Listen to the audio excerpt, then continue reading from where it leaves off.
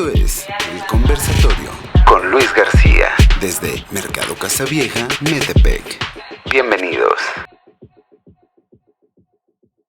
¿Qué tal, conversadores? ¿Cómo están? Bienvenidos al episodio 53. Hoy vamos a tocar de un tema por demás importante. Las conversaciones más incómodas son las que más se deben de hablar. Hablaremos de depresión y suicidio. Quédese con nosotros. Salimos a la calle para ver qué piensa la gente. Sigan la conversación. Daniela, ¿qué piensas de esa gente que cree que la depresión no existe? Pues que no lo ha vivido en mente propia, que tal vez no tenga, o tal vez tengan conocidos que no se los han contado, no saben realmente lo que sufren esas personas. Está muy fuerte, ¿no? Sí, bastante. ¿Te ha tocado conocer o saber gente que ha estado en una situación como esta? Sí me ha tocado conocer gente así y la verdad es gente que puede verse normal en cualquier momento, pero pues uno nunca sabe qué pasa por su cabeza. Esa es la parte más difícil, ¿no? Que se ven normales, sí. No tienen como esa sintomatología. Claro. Perfecto. ¿Algún mensaje que quisieras darle a estas personas? Pues que se informen más acerca del tema, que es importante conocerlo y para poder empatizar con esas personas que sufren ese tipo de situaciones. Pues sí que la depresión es una enfermedad que mucha gente cree que solamente es un estado de ánimo y en realidad es una enfermedad y necesita medicamentos y la persona necesita ir con un psicólogo porque esas personas no necesitan solamente ser, ándale, échale ganitas. ¿Qué tal, conversadores? ¿Cómo están? Bienvenidos al episodio número 53 de su canal El Conversatorio con Luis García. El día de hoy vamos a hablar de un tema que me parece, salvo la mejor opinión de todos, muy importante, máxime los tiempos. Creo que ha sido importante siempre, pero ahora por el tema de la pandemia y todo lo que hemos venido viviendo, cada una de las familias y cada uno de nosotros me parece trascendental. Antes de arrancar y presentar a nuestro panel que nos acompaña el día de hoy, que agradezco infinitamente que nos acompañen, quiero agradecer siempre, por supuesto, primeramente a Mercado Casavieja, nuestro anfitrión, el negocio y el mejor centro de espectáculos de Metepec, que ha creído en nosotros y nos ha apoyado desde el principio. Muchísimas gracias. Agradecer también, por supuesto, a Datadogs y agradecer a Icamané, quien también se han sumado y se incorporan en este proyecto con su patrocinio y su apoyo y su credibilidad. También quiero hacer la siguiente mención, que esta noche vamos a dar la bienvenida y vamos a saludar a nuestra amiga Pilar Becerril Ocampo.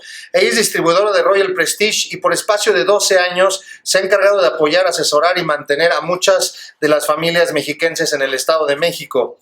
Royal Prestige, para quienes no lo ubiquen, quienes no conozcan, son utensilios de cocina de gama alta, manufactura italiana y ahorran el 70% del consumo de gas, que ya de entrada es otro beneficio adicional.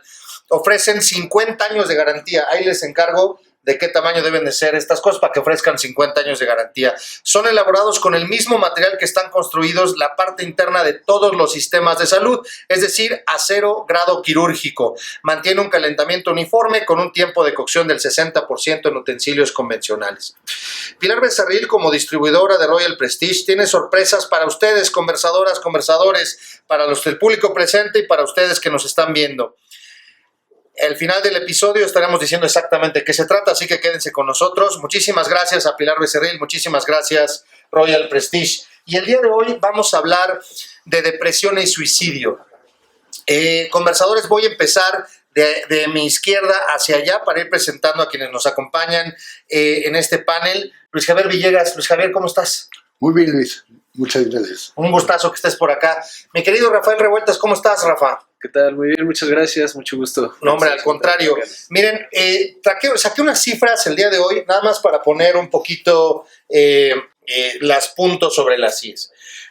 Recién, como pudieron ver conversadores en las entrevistas que hicimos en la calle, salimos a preguntar, y lo primero que le preguntaba a la gente es qué opinan de la depresión, pero sobre todo qué opinan de aquellas personas que no creen en la depresión. El típico, no pasa nada, ¿no? Y también cuando están en estas situaciones complicadas, pues la frase de no te preocupes, mañana va a estar bien y todo es color de rosa y la realidad es que no es así, ¿no? Entonces, ahí les van unas cifras. Las primeras son de la Organización Mundial de la Salud del 13 de septiembre del 2021, digamos que son las más fresquecitas. Primer dato súper importante, 3.8 de la población mundial padece de depresión, algún tipo de depresión. 3.8%. Eso es alrededor, en números más o menos cerrados, 280 millones de personas. Si lo ponemos en población mundial, pues estaríamos hablando, si México tiene 130 millones de habitantes y México anda por ahí del lugar número 15 en términos de población mundial, pues dejaríamos prácticamente que el grueso Europa completa podría estar en depresión si estuviéramos hablando de 280 millones de habitantes, solamente Europa, a lo mejor, ¿no? O varios de los países europeos. Principal causa de la discapacidad mundial será la de la depresión, y ya la considera la Organización Mundial de la Salud. Afecta más a la mujer que al varón. En el peor de los casos puede llevar al suicidio. Cada año en el mundo se suicidan 700,000 personas. Cada año. El suicidio es la cuarta causa de muerte entre personas entre 15 y 29 años a nivel global. Más del 75% de las personas que padecen depresión en países de bajos recursos no reciben tratamiento. Ahí les va en México. En México el 2019 se presentaron, y digo 2019 porque me hubiera encantado, a ver ustedes si ahorita nos ayudan. Es un tema de México que somos malos para estar llevando nuestros registros y nuestras estadísticas. En México, la más reciente que encontré fue 2019, puede ser que digan que soy muy malo para buscar. Se presentaron 7,223 casos de suicidio, 8.5% de ellos en el Estado de México. El Estado de México es la joya de la corona en casos de suicidio en este país. El Estado de México. Y ahí les va una última. Nivel socioeconómico correlacionado con COVID. Nivel socioeconómico alto, es decir, AB, que tengan síntomas de COVID, quienes presentan depresión, 90.84% de las personas que padecen síntomas adicionados, ¿no? 9.16 no, pero lo curioso es que el porcentaje va decreciendo, es decir, entre más alto es el nivel económico, más grande es la depresión, entre más bajo es menor, en términos de la relación con el COVID. Y esto es fuente de coyuntura demográfica. Luis Javier, Rafael, ¿qué nos pueden platicar de esta situación, de cómo está el COVID afectando, de cómo se da la depresión, en quiénes se da más la depresión? Empezaré con una pregunta directa. ¿Es una situación real y se debe de tomar de esta forma? Quien quiera de los dos. Maestro, muchas gracias. Pues sí, definitivamente es una situación real, porque son muchos factores los que intervienen para que una persona pueda estar deprimida o sufrir algún tipo de depresión, ¿no? Químicos o psicológicos, etcétera. Entonces, lo que trajo la pandemia consigo, pues fue un recrudecimiento, ¿no? Una crisis masiva, en donde no solamente es la cuestión médica de la salud y lo orgánico, lo social, sino que eso viene a impactar muy fuertemente en la psique de muchas personas. Y yo creo que también fue un tiempo interesante para que la depresión como tema pueda pues salir de nuevo, ¿no? Y sobre todo porque lo que más causa interés de la depresión quizás sea la parte de que pues si te lleva hasta el suicidio. Y entonces la depresión debe ser entendida no solamente como una entidad, ¿no? O como una enfermedad o algo, sino que realmente es todo un cuadro complejo, ¿no? De no estar satisfecho con nada, no querer hacer las cosas que uno pues disfrutaba, y yo creo que eso viene a recrudecerse con la cuestión de la enfermedad del COVID. De hecho, podría ser correlativo el hecho de que las personas que padecieron COVID, definitivo, pues tuvieron pérdidas, y eso los conduce, ¿no? a un estado de ánimo decaído. Y podría decirse que pues mientras está el curso de la enfermedad y hay un ánimo decaído, por el mismo sistema orgánico se va a decaer, y entonces eso puede provocar que haya pues un peor padecimiento. Crisis más fuertes. Sí, bueno, yo creo que tanto de la cuestión de la enfermedad, ¿no? Mientras uno esté bajo de ánimo, también no se cuida, no come o duerme mal y todo eso, entonces hace un cuadro todavía más complejo. Entonces la depresión psicológica o química, por donde la quiera uno ver, puede ser muy difícil de llevar. Luis Javier, deben ser ya precisamente en el 2019, y en ese entonces estaba yo en la dirección de la preparatoria del CENC, y fuiste allá a darnos un curso, ¿te acuerdas? Precisamente de cómo empezar a detectar ciertas cosas, y no se me olvida que una de las primeras cosas que mencionaste fue que una de las situaciones que hace más delicado el proceso de la depresión es que si tú ves a una persona en la calle o la ves sentada junto contigo, no hay un elemento claro, a menos de que hubiera una manifestación de que esta persona pueda padecer depresión? Es decir, lo puedes ver normal, puede estar contigo en tu trabajo, contigo en tu casa, y no se nota. Pues esa es la parte más riesgosa de este asunto, ¿no? Sí, inclusive puede la persona parecer totalmente normal. Hace unos días se suicidó una ex señorita de Estados Unidos, Es correcto. una reina de De belleza. y realmente nadie había notado nada, y se refiere en ella una depresión muy crónica, una de larga data, una depresión. Allá le ponen el apellido de altamente funcional, donde la gente puede funcionar razonablemente bien, y si se junta eso con una situación de crisis o con una pérdida o con algún peligro real o imaginario que vive la persona, puede ser lo que potencialice un acto autodestructivo. Javier, cuéntanos un poquito para los conversadoras que están aquí presentes, ¿en dónde te desempeñas y por qué es tu cercanía todo que tiene que ver con esto de depresión y suicidio? Cuéntanos un poquito, Javier. Sí, ya hace un rato tenemos como principal actividad el trabajar con pacientes relacionados al riesgo suicida. Ya hace un rato tenemos el programa de prevención del suicidio en la Facultad de Ciencias de la Conducta. Ok, la Facultad de Psicología de aquí de Sí. Toluca. Sí, y eso nos ha llevado a tener contacto cercano con el tema. Y quería hacer una anotación. Fíjate que las cifras de las que nos hablaste realmente son impresionantes, pero esas son cifras como de 2018. O sea, estamos más O sea, fuertes. estamos mucho, como dicen en el pueblo, estamos peor, estamos mucho más mal.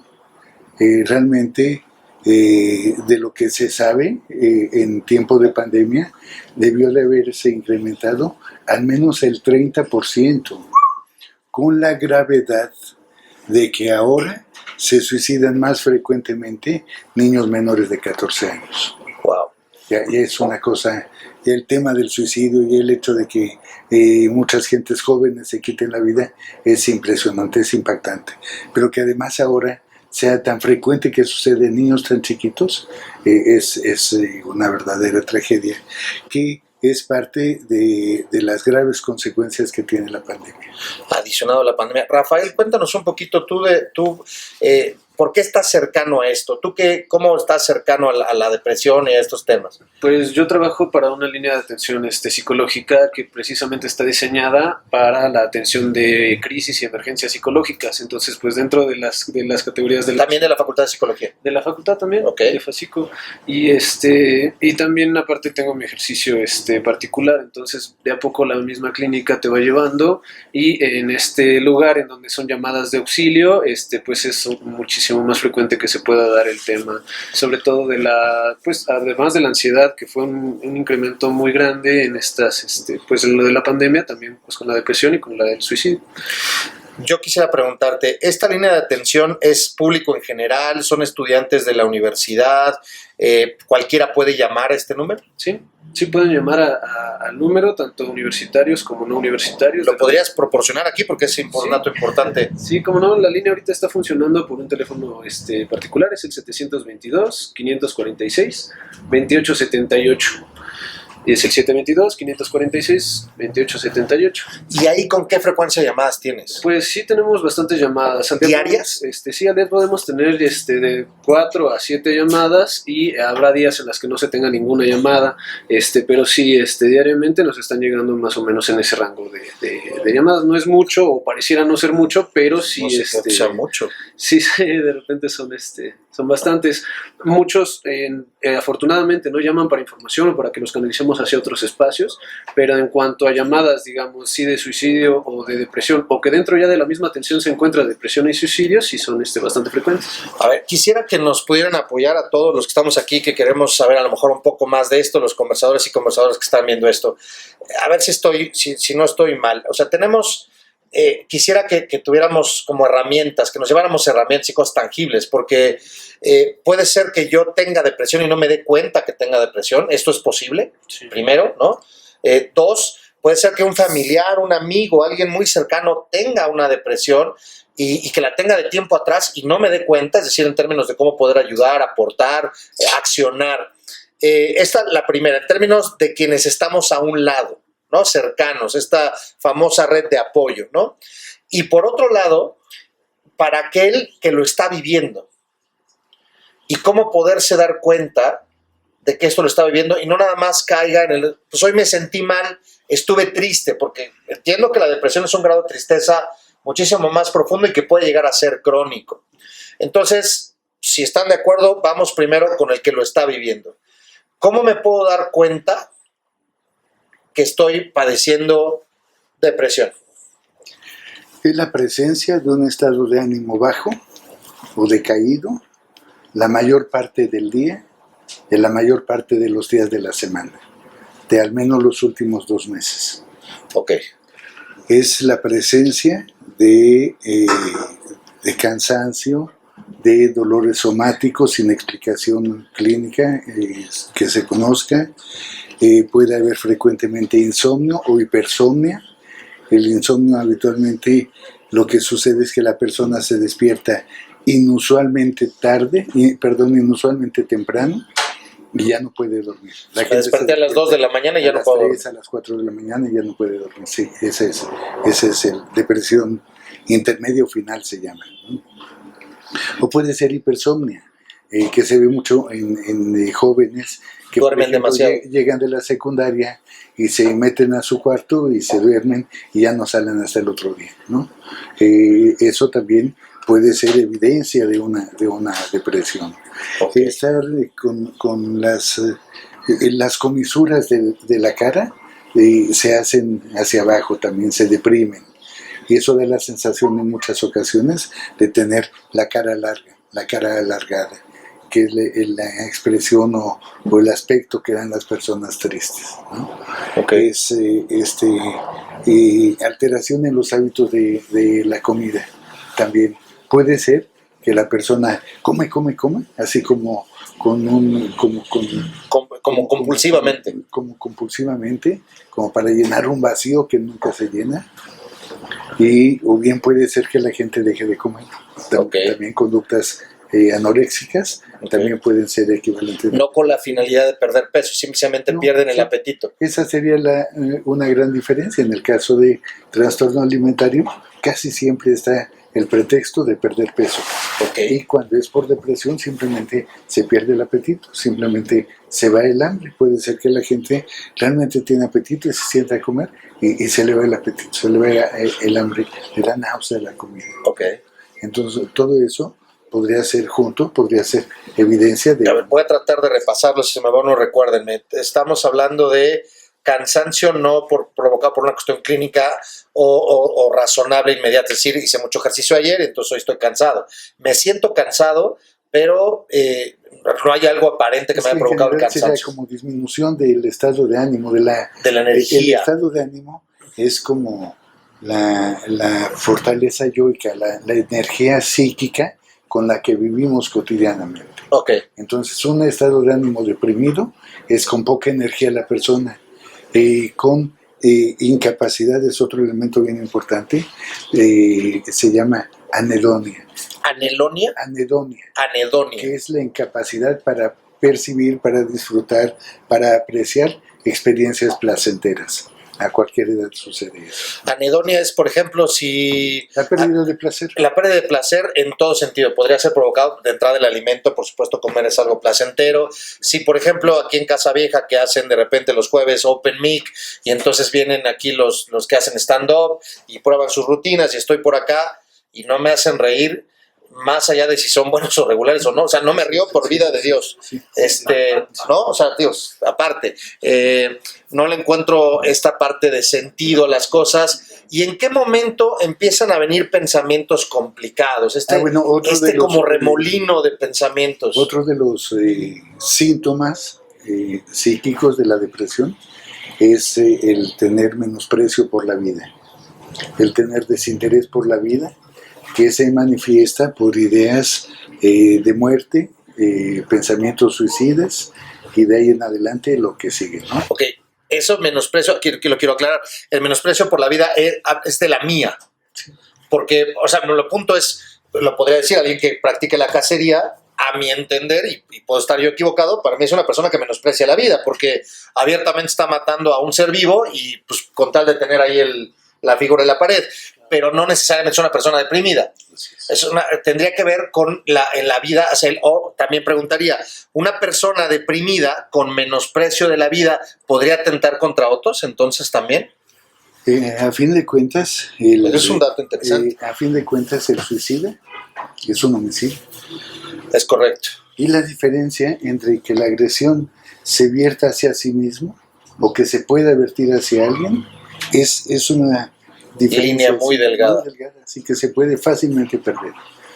Es más, en niños y en adolescentes es tan serio esto y es tan estrecha la relación entre la agresión y hacia afuera y hacia adentro, que se considera que habitualmente en niños y en adolescentes el suicida quería matar a alguien que ama, generalmente, muy frecuentemente los padres, y ante la incapacidad para hacerlo del parricidio, realmente lo hacen matándose a sí mismo. En el suicidio de niños. Y es una manera de matar al otro, ¿no? Porque sí, me queda claro el nivel de dolor. Sí, les hacen la vida. Pues viene a ser peor que si hubieran muerto la persona. Sí, seguro. Es uno de los duelos más graves que vive la persona. Debe de ser. Bueno, hay otro que es peor y un día dedíquenle espacio a esto, el duelo de los desaparecidos. Debe de ser. Es peor todavía. Debe de ser. Pero de ahí en fuera, el duelo por suicidio es de los duelos muy corrosivos que viven las personas. Será muy interesante poderlo ver. Rafael, de estos síntomas o de estas manifestaciones, y ahorita voy a tener otra pregunta, pero de estos síntomas, estas manifestaciones que hablaba Javier ahorita, ¿cuáles son las más comunes que tú atiendes por teléfono, que te ha tocado atender en esta llamada? Pues sí, ante todo es la anedonia, digamos, la pérdida de placer, ¿no? O de ese gusto por querer hacer algo que antes me gustaba. Es parte de lo que mucho se acusa cuando una persona está deprimida, ¿no? De repente tengo todo el tiempo del día, pero no me puedo ni levantar. También una persona pues que está con mucho cansancio, tanto en la cuestión pues tanto física como mental, ¿no? Y entonces esto se pone bueno porque de alguna manera se pone bueno. Sí, el hecho de que los síntomas del COVID, por ejemplo, no puedes respirar bien, entonces eso va a generar que estés cansado, ¿no? Y si eso se suma a un cuadro depresivo, la persona ni está cansada, ni tiene ganas, ni no quiere hacer absolutamente nada. Entonces, por ejemplo, uno de los signos que también pueden verse en una persona que está deprimida es que además de que duerme mucho, duerme poco, come más, come menos, porque eso siempre va a pasar con cualquier entidad clínica, ansiedad, esquizofrenia, etc. Puede verse un descuido hacia sí mismo, hacia la persona, ¿no? Por este mismo desinterés, hay una rebaja hacia el mismo yo, decimos por allí, y esto va a provocar que se le pierda el sentido. ¿Para qué lo hago? ¿No? ¿Para qué hago las cosas si no me va a traer el mismo placer que me generaba? Y entonces, etcétera, ¿no? La depresión también, algo muy importante es que, bueno, el narcisismo se juega en todos nosotros, pero en la cuestión del deprimido o del depresivo, este narcisismo es como también muy exacerbado. De repente no hay nada que me pueda sacar de aquí, nada que me pueda como mover de este lugar, porque está fijado en un proceso también de pérdida o etcétera, ¿no? Cada persona va a poder padecer o no depresión dependiendo de cómo esté su personalidad o cómo esté sus fortalezas, sus herramientas. Su propio carácter también, sí, ¿no? Sí, hay personas más depresivas, ¿no? Que no necesariamente están como en riesgo. Y sí lo están y no, ¿no? Digamos, hay por ejemplo algunos artistas, ¿no? Pizarnik o Schopenhauer, ¿no? Que no sabemos si están deprimidos, pero hablan mucho del pesimismo, ¿no? Había una historia, ¿no? De un comediante, ¿cómo se llamaba? Garrick, actor de la Inglaterra. Actor de Inglaterra, exactamente. El pueblo al aplaudirlo le decía: eres el más gracioso de la tierra y el más feliz. Y el cómico reía. Víctimas del spleen, los altos lores iban a ver al rey de los actores en las noches más negras y pesadas y cambiaban su spleen en carcajadas. Una vez, ante un médico famoso, llegó su hombre de mirar su morir. Sufro, le dijo, un mal tan espantoso como esta palidez del rostro mío. Nada me causa encanto, mi atractivo. No me importa mi nombre ni mi suerte, en un eterno spleen muriendo vivo, y es mi única pasión la de la muerte. ¿Me permite, dice el médico, respecto a vuestro mal, tomad hoy por receta este consejo? Solo viendo a Garrick podéis juraros. ¿A Garrick? Sí, a Garrick. La más remisa y austera sociedad le busca ansiosa. Tiene una gracia artística asombrosa. Y a mí me hará reír. Así, os lo juro. Él sí. Mas, ¿qué os preocupa? Dice, así no me curo. Yo soy Garrick. Cambiadme la receta. Qué fuerte, ¿eh? Ay, qué bonito. Qué fuerte es eso. Y es un cuestionamiento también a lo que habitualmente se llama como la risoterapia. O sea, tiene sus límites, si es bueno, si es útil.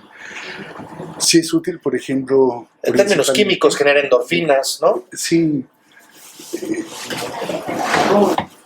Sí, pero tiene su límite. Pero tiene su límite. Y la depresión finalmente es algo que es multifactorial. Ok. Tiene elementos bioquímicos, tiene elementos humanos, existenciales, tiene elementos familiares, tiene que ver con el apoyo.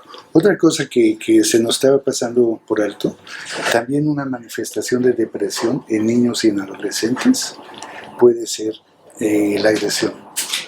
Ser irascible, ser agresivo. Un niño malhumorado, un niño irrespetuoso, un niño desobediente, un niño flojo, puede ser un niño depresivo. Puede sí, porque ahorita ya estoy viendo muchos papás que están diciendo, Dios de mi vida, tampoco se trata de eso, pero sí que lo tengan en consideración. Sí, sobre todo si son cambios bruscos que ha tenido el niño. Ok. Si siempre ha sido difícil para la escuela, no necesariamente tiene ya no lo mandes, ¿no? Ya no lo mandes. Pero si anteriormente iba bien y de repente empieza a tener problemas, puede ser depresión, porque parte de ese descuido, de ese abandono, de ese cansancio, si está en la escuela y no pudo dormir, o si está en la escuela y tiene la cabeza en la luna, pues claro que afecta el aprendizaje. No, por supuesto. Yo quería preguntar, recuérdenme por favor, ¿cómo se llama la pérdida del placer que decía? ¿Cómo se llama? Anedonia. Anedonia.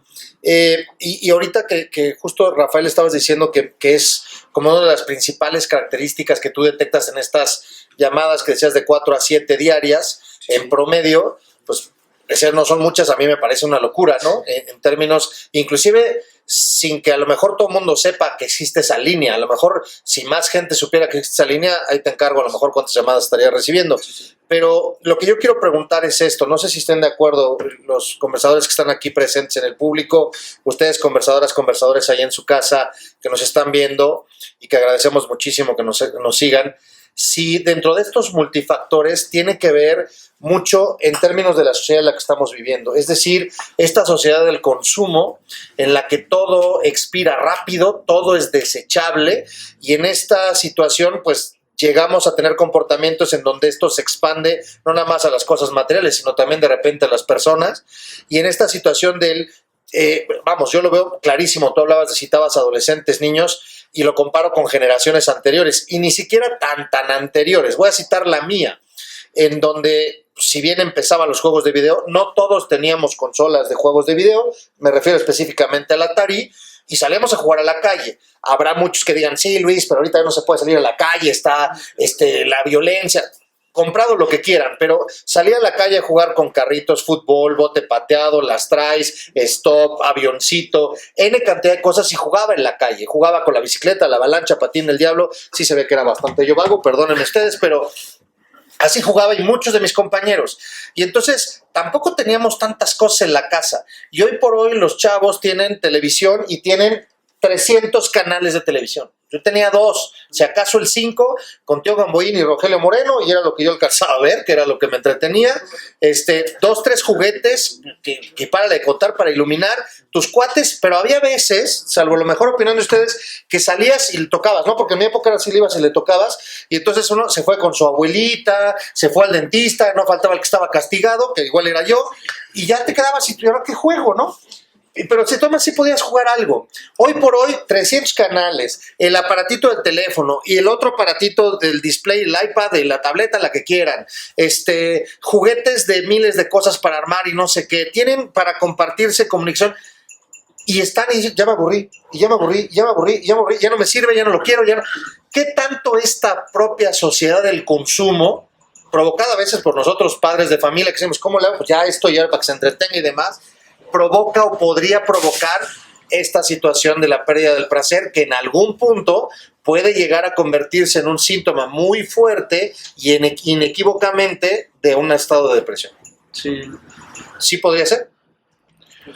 Sí, lo que pasa es que no podemos satanizar ni los juegos, No, ni, me queda claro. ni las redes sociales, por ejemplo. Pero realmente si se le dejan al niño como si fuera nana, como para cuidar al niño, como para que se entretenga, entonces son bastante nocivos.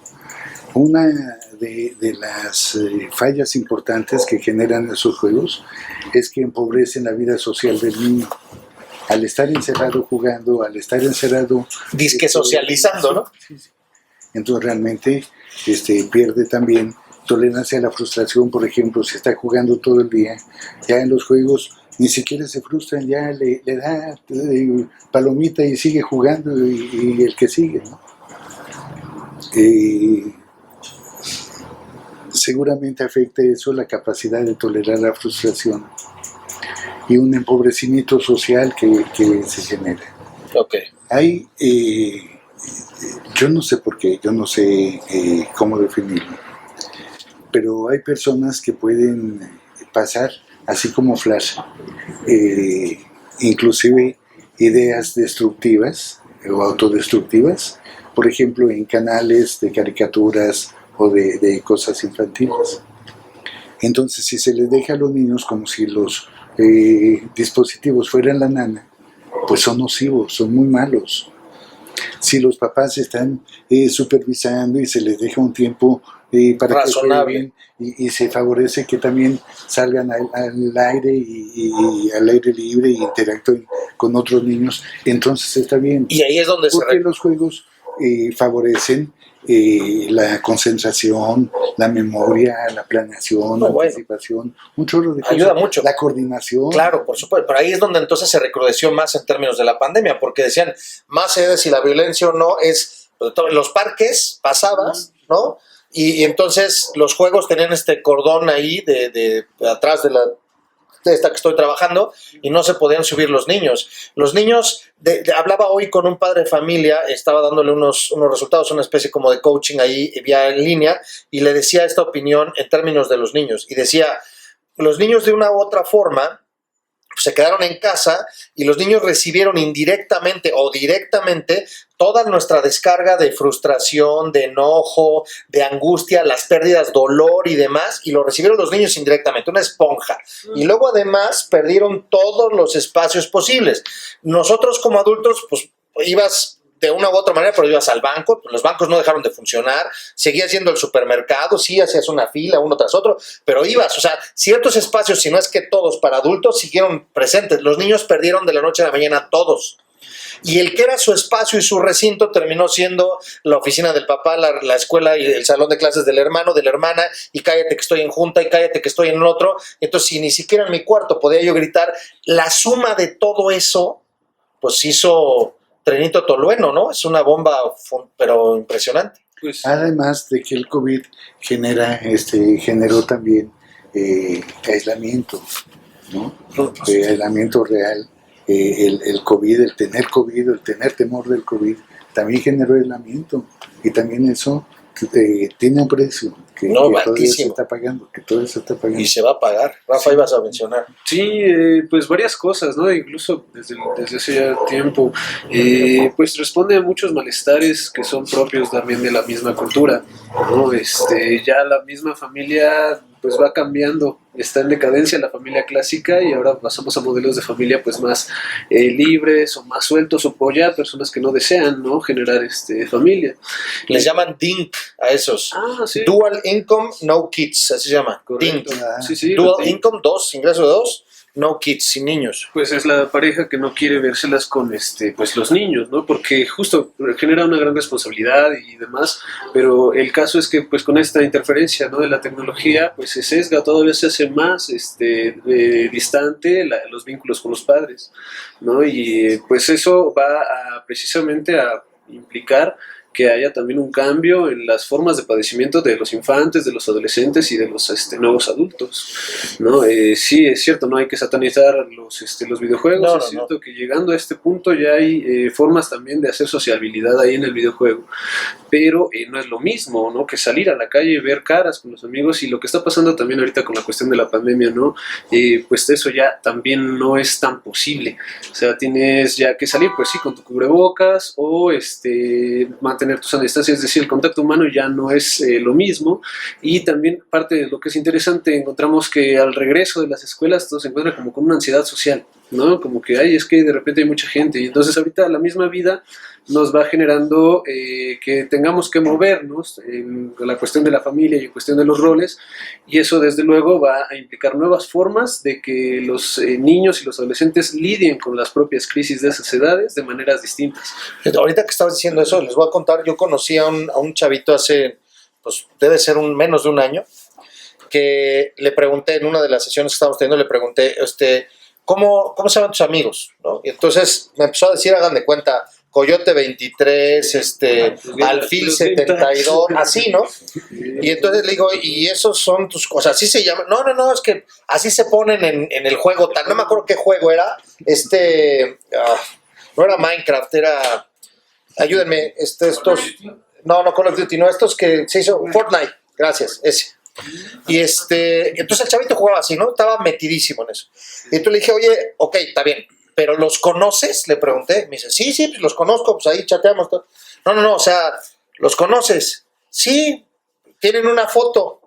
Y entonces, brother, pues la foto podría estar yo, ¿no? O sea, me recortaron de ahí, podría ser yo, ese es mi cuate. No, bueno, es que sí, nos hemos preguntado los nombres y la edad. Pero no, o sea, y entonces el chavito, 12 años, ¿no? Sexto de primaria. Y entonces le dije, ¿y de qué edades te dijeron que son? Y entonces él era el más chiquito, de 12 años, los demás entre 17 y 23 años de edad. Estaban como que en ese club jugando, ¿no? Y entonces le dije, bueno, ok, está bien.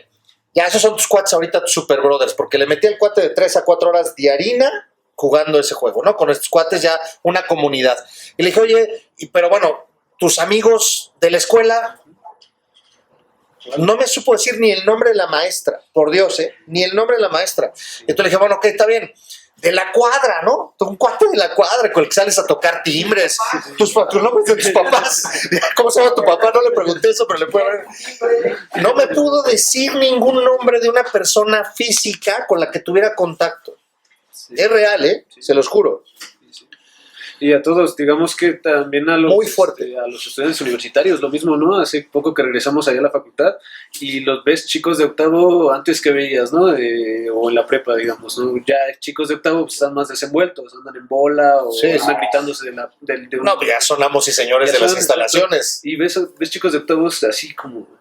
No conozco a nadie, como si estuvieras en primero, ¿no? Y entonces esto también fue lo que provocó la pandemia, un desconocimiento de la propia vida como era, ¿no? Y eventualmente, pues, podemos decir es que ya no va a regresar a hacer lo mismo, es obvio, pero también es parte, digamos, del cambio que una persona puede sentir y que lo puede llevar a deprimirse, ¿no? Porque la depresión también, bueno, la podemos entender como esta cuestión de la melancolía, hubo una pérdida consciente o inconsciente, sé que perdí o no, y eso me puede mantener en un estado así como pues rebajado. Ok.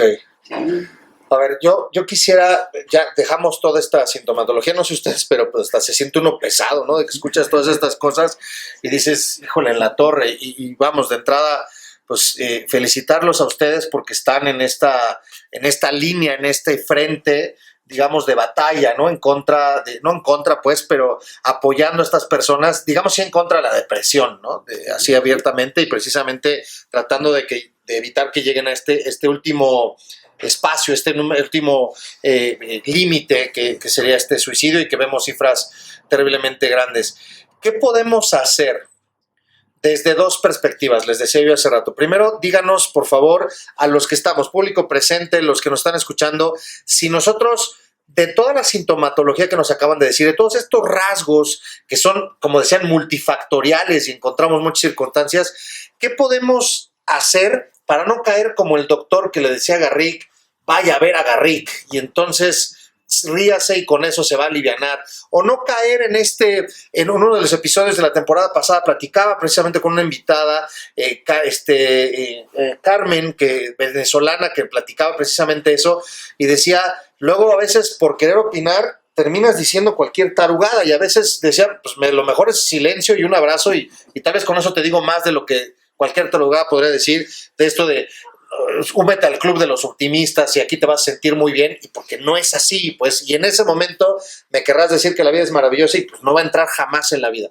¿Qué podemos hacer los que estamos hablando para poder, si no somos psicólogos como ustedes, medio contener y canalizar, y cuáles son esos esquemas de ayuda para poder apoyar a estas personas? Si nos pudieran contribuir con eso, Javier, Rafael, Javier. Sí, yo creo que identificar el malestar o el sufrimiento de los niños o de los jóvenes. Okay. Yo voy a hablar de lo que nos hace darnos cuenta del riesgo suicida. Okay. Y creo que tiene que ver mucho con lo que planteas. Cualquier cambio brusco en la forma de ser de los niños o de los jóvenes siempre debe de prender una luz de alerta. Cualquier cambio brusco que modifique el autocuidado, que modifique sus relaciones interpersonales, que modifique el comportamiento violento hacia los demás o hacia sí mismo, que modifique su estado de ánimo, lo cual se puede manifestar, puede ser que no se nota, pero se puede manifestar discretamente por mensajes de muerte o mensajes de despedida. Mensajes como que pronto ya no voy a estar aquí, o ya no seré una carga para los demás, o creo que estarían mejor sin mí. Ese tipo de mensajes siempre se deben de atender. ¿Y qué podemos hacer? ¿Cómo podemos atenderlo? Darles la oportunidad de que hablen por qué se sienten así, de qué es lo que tienen, de qué es lo que los hace sentirse así. Es angustiante para los papás, pero si les dicen, a ver, espérame, ¿por qué dices eso? ¿Por qué dices que ya no vas a ser una carga para todos? Se le da la oportunidad de que hable, de por qué se siente así, y es la oportunidad de que el papá le diga, no, mira, pues estás equivocado, si te queremos, etcétera, etcétera. Es la oportunidad de que se encuentren, de que se hablen, de que se comuniquen. Eso es muy importante. Ok, abrir la posibilidad de comunicación, que se desahogue. En la familia, entre los papás. Ok. Ahí es increíble. Hay jóvenes que llegan borrachos, por ejemplo, y los papás no se dan cuenta. Ah, sí. Sí, entonces es necesario que se comuniquen, que compartan, que entiendan los papás qué es lo que pasa con los jóvenes. Un problema muy frecuente que vemos de parte de los papás es lo que a veces es una especie de exigencia arbitraria respecto a su rendimiento. No, los papás nunca están satisfechos, siempre quieren más. Ah, bueno, sí, hay gente así. ¿No? Entonces, hay gente, eso... Yo me acuerdo de una compañera que tuve que estaba llorando, me acuerdo, me voy ahorita a descargar, van a decir de veras que yo soy de lo peor, pero un examen de lectura, el libro creo que era de Fausto y Werther, no me acuerdo qué libro era, ¿no? Yo me saqué 6, y cuando me dan el 6, yo estaba brincando de la alegría, dije, no reprobé, no manches. Y mi amiga, a que le mando un saludo, mi querida Lirio, te mando un saludo, estaba sentada en la banca llorando. Pero llorando como de veras si hubiera tenido una... O sea, pero de veras mal, plan. ¿Por qué lloras? Se había sacado 9.5. Y estaba angustiadísima porque de llegar a su casa a mostrar ese 9.5.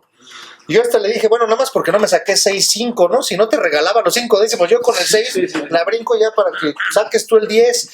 Ese grado de exigencia también, papás, para los que seamos papás, leve. O sea, de veras ya hay que entender la educación diferente. Será tema de otro episodio, pero sí, también ahí no se azoten. Rafa, ibas a mencionar. Sí, justamente, ¿no? Eso responde a las expectativas que están puestas de los padres hacia con los niños, ¿no? Y siempre va a haber, o sea, también a nosotros nos tocó con nuestros papás. Y que ni siquiera son de los niños, son nuestras. Son suyas, exactamente. Nosotros somos los que nos dejamos ir ahí todos locos. Sí, digamos que uno dispone su propia novela en los hijos. Sí, estamos caray, qué triste. acercados a querer que ellos cumplan expectativas que no. Entonces, justo en este ejemplo, ¿no? La chica que angustia va a hacer llegar con algo que no es perfecto para los papás, ¿no? Entonces, por ejemplo, justo de lo que podemos hacer es permitir un canal de comunicación, dime qué tienes, yo te escucho, respetando siempre también el espacio, ¿no? Porque muchas veces hay papás que al momento de les dices esto está fallando, luego, ¿no? Compulsiva o ansiosamente voy, lo dejo de hacer, o voy y me alarmo, y entonces nos volvemos padres sobreprotectores. Si es que escuchan, porque también a veces, oye papá, es que tú dices, no es cierto, yo no digo así. Exacto. No, pero es que tú, y luego va de nuez, entonces. Exacto.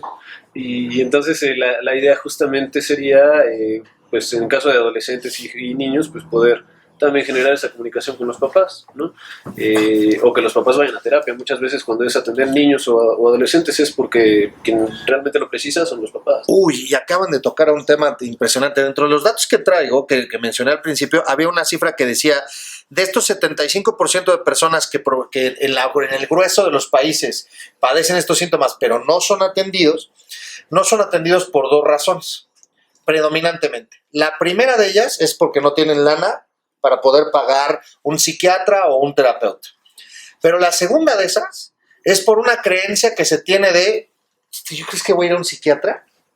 Yo necesito un psicólogo, no manches, pues no estoy loco. Pues hay una estigmatización súper fuerte de no ir a esas circunstancias. Hablabas desde el sentido multifactorial, iba para allá, decías un tema químico, y entonces el psiquiatra perfectamente puede atender eso, diagnosticarlo y dar alguna medicina, porque para eso han trabajado los laboratorios, para eso hay medicinas en donde te dé algún antidepresivo, algún antipsicótico, alguna circunstancia que equilibre el tema químico y te ayude en temas aquí adentro, te empiece a ayudar, y combinarlo con una parte terapéutica para ir trabajando desde dónde viene, cómo viene, e irlo llevando. ¿Sería ese un mecanismo, digamos, idóneo, como favorable para una persona que pudiera estar en depresión? Sí, desde luego. Fíjate, ahorita que hablabas de las cifras, hay una gran cantidad de cifras no tomadas en cuenta, de cifras negras. Hay una gran cantidad de cifras negras. Ahora pensamos que se suicidan 2 personas cada minuto. 2 personas cada minuto. En alguna parte del mundo, sí. Pues al año son más de 1 millón de muertes por suicidio. Es de las principales causas de muerte. Mueren más jóvenes, más adolescentes en todo el mundo por suicidio que por guerras. Y ya es un decir. O que por desgracias naturales. Mueren más por suicidio. Es muy grave. Y un problema es que se ocultan las cifras, porque no se habla de ellas. No, es que de esto se habla muy poco. Sí. Hablar de depresión y suicidio. Sí, y parece ser que inclusive una creencia errónea es que no le vayas a preguntar si se ha pensado suicidar, ¿qué es tal si no lo ha pensado y tú le das la idea? Bueno, eso no sucede. Lo que sí sucede y lo que nosotros queremos favorecer es que más bien se hable de esto en la familia inclusive. Y que lo hablemos abiertamente. El niño, si el adolescente le platica a los papás de lo mal que se siente porque los ve pelear, porque el papá lo regaña, porque lo que sea, hay la posibilidad de que mejoren las cosas en la casa, que mejore la convivencia. Y realmente el pensar en que algún niño o un adolescente se suicide son cuestiones muy trágicas. Yo pensar que algo muy malo está pasando, seguramente como sociedad en muchas cosas estamos fallando, que está aumentando de forma tan exagerada los índices de suicidio. Ese es lo acabas de decir con todas sus letras. Yo creo que estamos fallando en muchas cosas. Tenemos una conversadora de este lado. Bienvenida, conversadora. Hola. Por acá, démosle la bienvenida a la conversadora. Aris. Mucho Aris, gusto. ¿cómo estás? Bienvenida, Bien. Aris. Yo tengo una pregunta. Hablamos de adolescentes y de niños, Pero cuando el adulto, incluso teniendo los recursos, no acepta ir a terapia, no acepta que está mal, como familiar, ¿de qué manera te acercas y lo convences? ¿Apapachándolo, diciéndole que todo va a estar bien, lo abrazas o te pones agresivo? ¿Qué es lo correcto? A veces es una buena. Le hablas con crudeza, diciéndole que le está regando por toda la gente que está alrededor. Le dices, ¿sabes qué? Te estás llevando entre los pies a toda la familia, tus hijos, tu pareja. O de plano le dices, ¿sabes qué? Todo va a estar bien, todo es bonito, mira. ¿Cómo te acercas como familiar a ayudar a un familiar que no acepta que tiene un problema de depresión? Esa es muy buena. Muchas gracias. Échense ese trompo a la uña. Muy bien, Aris. Échense ese trompo a la uña. Habría que hacerle ver por qué es que yo creo que estás depresivo. Mira, no te hagas, yo creo que ya no sales, que lloras, que estás así, etc. O sea, platicarle la evidencia. Sí, así como confrontarlo, como hacerle ver lo que nosotros notamos. Sin que suene reclamo. Desde luego, ninguna forma de violencia o de agresión le va a ayudar, de ninguna manera, ¿no? El decirle que la vida es linda, que todo es maravilloso, no le va a ayudar en nada, ¿no? Sino más bien ayudar a hacerle conciencia de que no está bien, de que no se le está pasando bien y de que puede haber alguna posibilidad de mejoría, ¿no?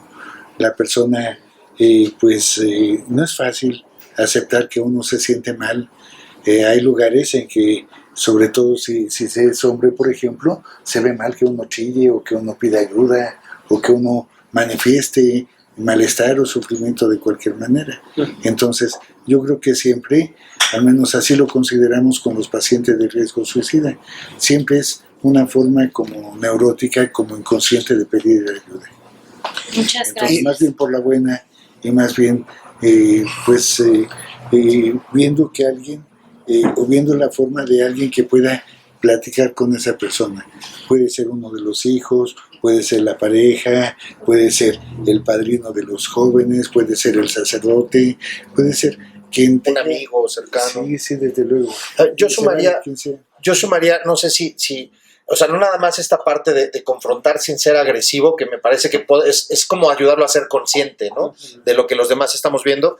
No sé si sirva también, o esté padre, decir de no estás solo, no estás sola, ¿no? O sea, yo te voy a acompañar, yo te voy a apoyar, yo estoy para ti. No es un tema de ya porque me fastidias, sino es un tema de estoy aquí para apoyarte. A lo mejor esa conjunción de ambas cosas. Cuenta que estás sufriendo porque mira, te pasa esto, esto otro, etc. Yo creo que siempre basar el límite, porque muchas veces los seres humanos tendemos a ser adictos a victimizarnos. Sí. Y sobre todo cuando somos faltos de atención, muchas veces el hecho de que yo me sienta mal y que alguien venga y me diga, mira, aquí estoy, se vuelve adictivo, para que alguien te siga diciendo y cada vez más, al grado de que una depresión se puede volver mucho más aguda. Qué entramado está, y lo que acaba de decir es totalmente verdadero, ¿eh? Sí. Entonces empieza un entramado ahí del demonio, porque hasta dónde entonces me quedo, qué tanto, y entonces hay una duda, ¿cómo dicen los abogados? Una duda razonable, Sí, ¿no? bueno, sí. De si me está manipulando o no. Sí, Híjole. Sí, porque también... como recomendación básica, así, y como recomendación principal, sería no ceder el chantaje. Porque distinguirlo y no ceder. Sí. Y eso ayuda. Entonces hacerle ver que si uno piensa que el paciente obtiene algún beneficio por el malestar que siente o por el malestar que le platica a uno que siente, entonces más bien como que no hacerle caso. Más bien puede ser, la forma de confrontarlo puede ser hacerle ver, es que mira, a mí me saca de onda porque tú nada más me platicas esto y parece ser que no quieres hacer nada al respecto, y entonces mejor ya no me platiques, mejor habías de buscar ayuda, pero yo no te puedo ayudar. Lo mismo si les habla en la noche un amigo borracho y les dice que se quiere suicidar, pues es muy cordial escucharlo una vez y hacerle ver, así mostrarse solidario y apoyo. Pero si cada viernes lo hace, pues ya la segunda vez ya se le dice. Invítame, ¿no? Sí, sí, ¿no? Invítame, ya tomas menos. Entonces sí, no ceder al chantaje porque no es terapéutico eso. Ok. Entonces, darse cuenta y se sospecha ese chantaje si la persona obtiene algún tipo de beneficio de beneficio secundario, de ganancia secundaria, por lo que platica o por la forma en que lo platica, ¿no? Entonces, Muchas gracias.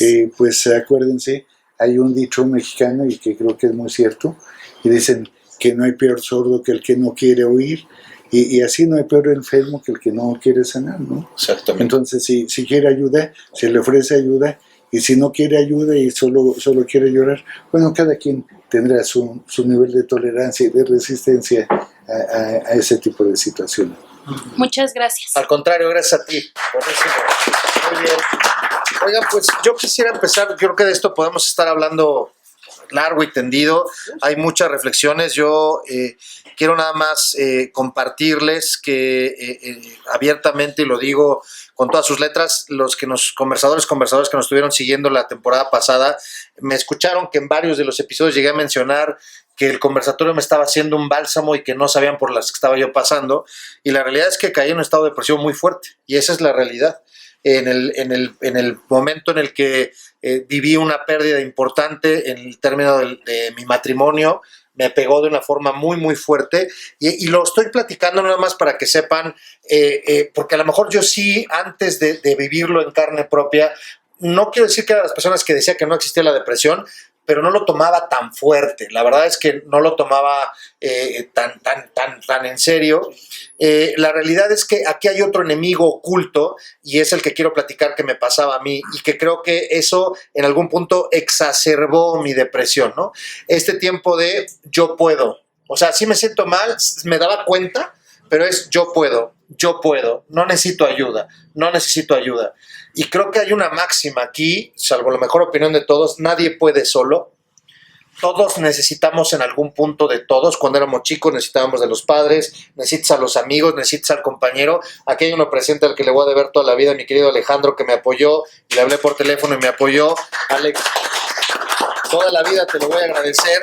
A mi querido Roberto Palomino, y de repente una red de apoyo que empezó a surgir alrededor mío, mis hijos, etcétera, etcétera, una situación muy favorable en la que puedo decir abiertamente hoy que estoy, no quiero decir perfectamente bien, pero estoy de verdad, o sea, la parte fuerte la sorteé de una manera importante. Por otra cosa que quiero aconsejarle a la gente que pudiera identificarse con lo que han venido platicando y con lo que yo les estoy diciendo en este momento de frente a todos, y es, yo me comprometí, me discipliné conmigo. Todo lo que me decía mi terapeuta, todo, si me decía párate cabeza, me paraba de cabeza. Si me decía la psiquiatra, te tienes que tomar esta pastilla a las 7 de la mañana, a las 7 de la mañana me la tomaba.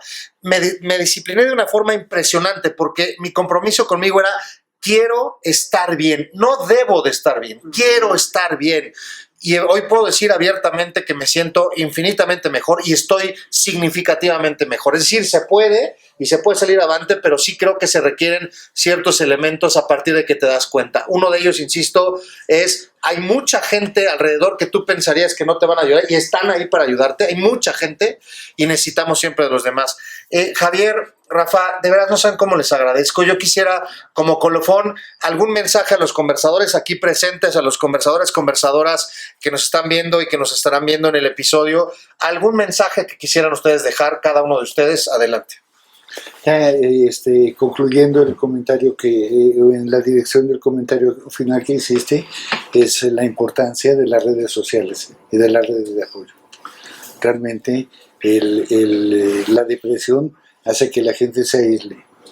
Si la gente cede, se deja seducir por ese pensamiento, por ese estado de ánimo depresivo y se aísla, entonces la depresión se hace más grande.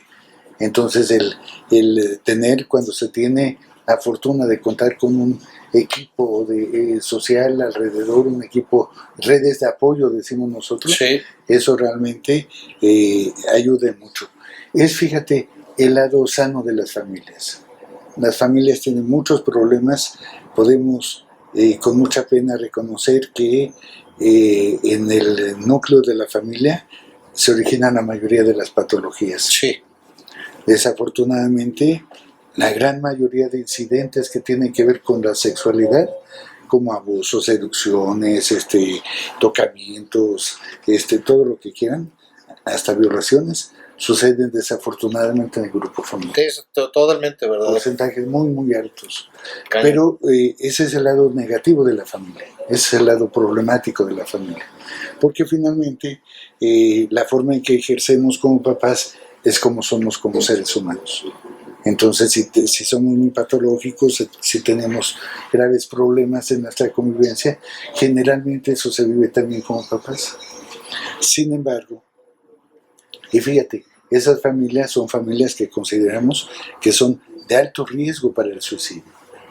Sin embargo, si la familia funciona siquiera más o menos bien, no unas familias perfectas, por favor. No, nadie. No, a lo mejor simplemente si no somos tan disfuncionales o si el tipo de disfunciones que tenemos a lo mejor no incluyen violencia o agresividad, son menos graves.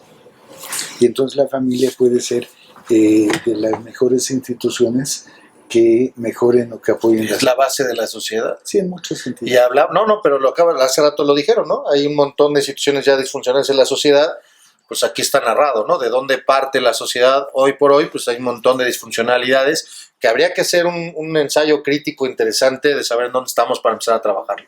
Luis Javier, muchísimas gracias. Rafa. Claro que sí, pues yo creo que toda la conversación apuntó hacia lo social, ¿no? Y bueno, yo creo que es importante también empatizar, o sea, es un buen momento para que todos en general seamos más empáticos, ¿no? Nadie la está pasando bien ahorita, sí, ¿no? Por la pandemia, por las pérdidas, por los suicidios y demás. Entonces creo que como sociedad podemos apuntar a ser más empáticos. No siempre, hay muchos núcleos en la sociedad que están muy enfermos, ¿no? Patologías o familias muy patológicas, ¿no? Que todo el tiempo es agresión, todo el tiempo es violencia. ¿De dónde se agarran? ¿No? O de dónde podemos, como no sé, la angustia siempre nos dice, pues, ¿qué vamos a hacer? ¿No? Hace rato que también escuchaba a la conversadora, ¿qué línea rebaso? ¿La de agresión o la de darle su lugar? ¿No? Pues yo creo que ninguna de las dos. Se puede actuar, sí, a la distancia, porque también pasa, ¿no? Hace poco me estaba acordando, y digo ya esto para cerrar, ¿no? Una paciente que me marca porque se accidentó su hijo y falleció, ¿no? Y todo el núcleo central, la familia y la sociedad, ya supéralo.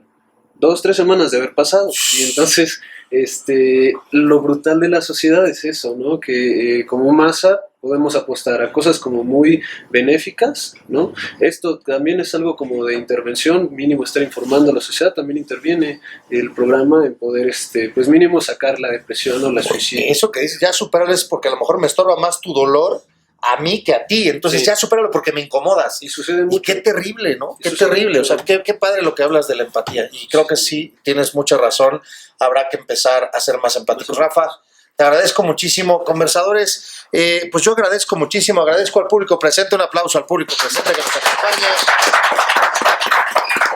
Ya saben que Conversadores queremos aquí en el conversatorio, la propuesta es hacer lunes diferentes. Ya sabemos que está el jueves y el viernes donde la gente se va a echar sus peguecitos y demás. Queremos que siempre sea un espacio diferente aquí en el mejor centro de espectáculos de Metepec. Y les decía que nuestra queridísima Pilar Becerril nos trajo una promoción y nos trajo algo interesante que se acercó a esto. Entonces, voy a mencionar lo siguiente. Pues Pilar Becerril, distribuidora de Royal Prestige en el Estado de México, por apoyar este proyecto. Muchísimas gracias, pero sobre todo por apoyar y fomentar la salud nutricional de las familias mexiquenses. Y entonces ahí les va.